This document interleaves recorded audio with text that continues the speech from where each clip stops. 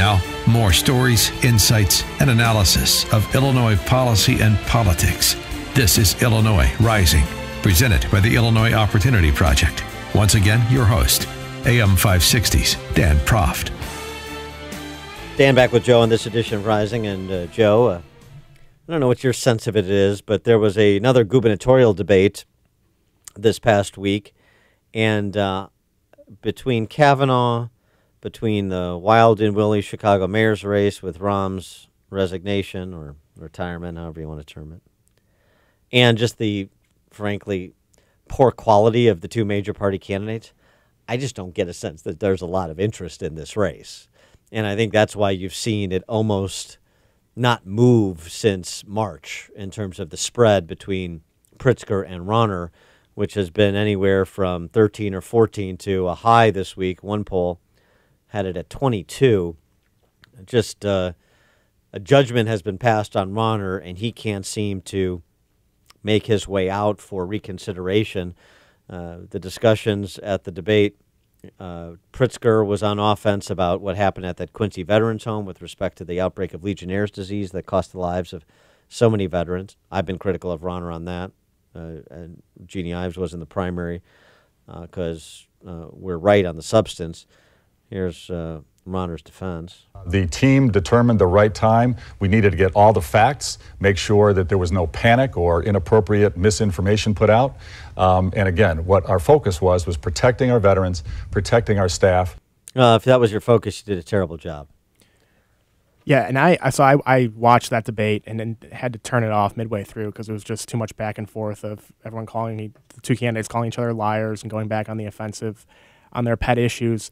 And imagine if you were one of those undecided voters. There's like 20% of voters polled somewhere around there that are undecided. And you're watching these two guys go back and forth. Pritzker going on the offensive about the Quincy Veterans Home, which is a real issue, or Rauner going on the offensive about Pritzker's property tax schemes or income tax schemes. I mean, which is a real issue too. It is, absolutely. But just all it is bickering back and forth, calling each other liars. And like you said, there's not much enthusiasm about these two major candidates, and that's why you see 20% undecided. You see Sam McCann, a downstate Republican, union-friendly Republican, getting 10%. Cash Jackson, Libertarian, getting about 5%. You see people that aren't really interested in this race, and I think that probably ends up benefiting Pritzker because Rauner's a known quantity. But ultimately, you have people that are just dissatisfied with their choices. Yeah, I mean, Pritzker is just going to try and be more or less the jolly fat guy and not be Rauner, and that should be sufficient, particularly coming over the top and with the spend that he is at. I think he's north of $140 million now. It was sort of a rich moment, though, I got to say, when Rauner had this to say about J.B. Spalding, I call him. He is trying to buy political office. He's trying to buy the governorship to be something for the first time in his life, because if he wasn't a trust fund baby, he would be nothing. If he wasn't a trust fund baby, he'd be nothing. That's a fair statement. Now, he's trying to buy the race to be something. It's a little bit difficult to lob that charge when 4 years ago you came over the top and outspent Pat Quinn 2.5 to 1 to quote-unquote buy political office, the same way Pritzker is now coming over the top of you. You just ran into a guy with more money. But there's not really a difference in kind between Rauner pouring $40-50 million into his campaign and J.B. Pritzker pouring $100 and $120 million into his campaign. I mean, it's a difference in degree but not kind, so there's no real principle at stake here. The other thing is to be something. Yeah, I mean, I think Bruce Rauner has built his own financial empire, if you will, so I can understand where he bristles at J.B. being a trust fund kid. But let me tell you something. All cliches are true, and the cliche that people with power want money and people with money want power is true in this case. And just as Pritzker just wants to wear the Mayor Quimby governor sash for the next 4 years and have epitaph material, Bruce Rauner, in terms of his actual performance, it was the same way. He just wanted to be liked, wanted to wear the sash. He's got governor. Now it turns out he's in the position of spending north of $100 million of a fortune that is nowhere near what JB's is, to be recorded as one of the worst governors in Illinois history, tracking to suffer one of the biggest landslide defeats in Illinois history. And I think it's disingenuous when you hear both these guys talking about the needs of the middle class, the needs of working people.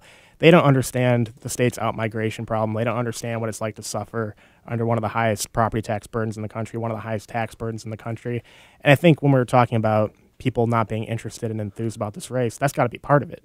These two guys have no idea what it's like to be paying 4% of your home value in property taxes. They have no idea what it's like to suffer and to look to Indiana or Wisconsin. And I think people don't see any reflection of, a way forward for the state in either of these guys because they can't relate to them at all. Yeah, they see two rich guys sort of putting on a show and engaged in a slap fight with one another. And it's not particularly compelling because I don't think they see it as particularly relevant to their lives, as you suggest. Although I will say, I mean, Pritzker does have an innovative approach to property tax relief. I'm here advocating for a structural solution with respect to a 1% hard cap on property taxes as a percentage of value like Indiana has. But I got to say, it's pretty innovative to have a very simple plan to structurally reduce property taxes that you can sum up in one word, J.B. Pritzker's outhouses. Mm-hmm. I mean, you remove toilets, you greatly reduce the value of your property. I mean, when you go to the bathroom in your outhouse, you're really going to feel that property tax relief.